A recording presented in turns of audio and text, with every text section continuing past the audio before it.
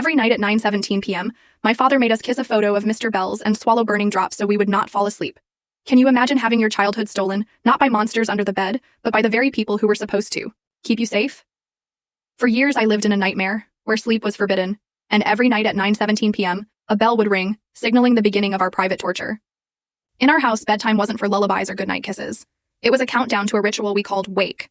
The second that old brass bell rang 3 times precisely at 9:17 p.m., you had to be sitting bolt upright in bed, still in your day clothes.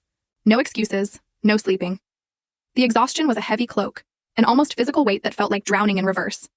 My little brother Sam would already be crying by the time Dad came around.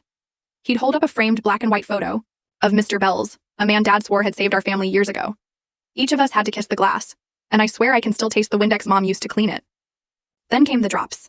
Dad would cradle that ominous brown bottle like fine wine, tilting our heads back one by one. That burning liquid making your throat clench. He called it alert serum. Sam would gag, and I'd squeeze his hand under the covers, our secret signal. Hold on, just hold on.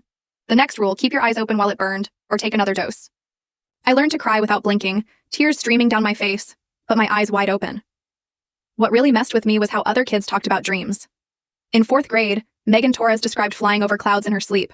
I just didn't get it.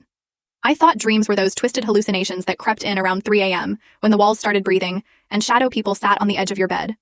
I thought everyone saw them. But the real loneliness hit during proving time. Every hour, that bell would ring again, and we'd stumble to the living room for tasks. Math problems would swim on the page. Memory games would make me forget my own name. Sometimes Dad made us do jumping jacks until someone threw up, usually Sam. Show Mr. Bells we're ready, he'd bark, his own eyes red-rimmed and wild. Show him we deserve what he gave us. Mom would sit in the corner, knitting the same scarf for 3 years, her hands shaking too much to ever finish anything. I started, breaking at 13. One night, I actually fell asleep during Wake Watch. I was dreaming. Real dreaming. I was on a beach with Sam, building sandcastles, and for 30 perfect seconds I forgot about the bell, the drops, and Mr. Bell's dead eyes. In that photo. Dad didn't yell. He just knelt beside my soaking bed, grabbed my face in his hands. He gave us a gift, he whispered, his breath smelling like the drops. This is how we honor it. This is how we stay alive. I looked into his eyes and saw something chilling. He was terrified. My father, who ran our nights like a drill sergeant, was absolutely, utterly scared. That's when I started to. Full story video added in below.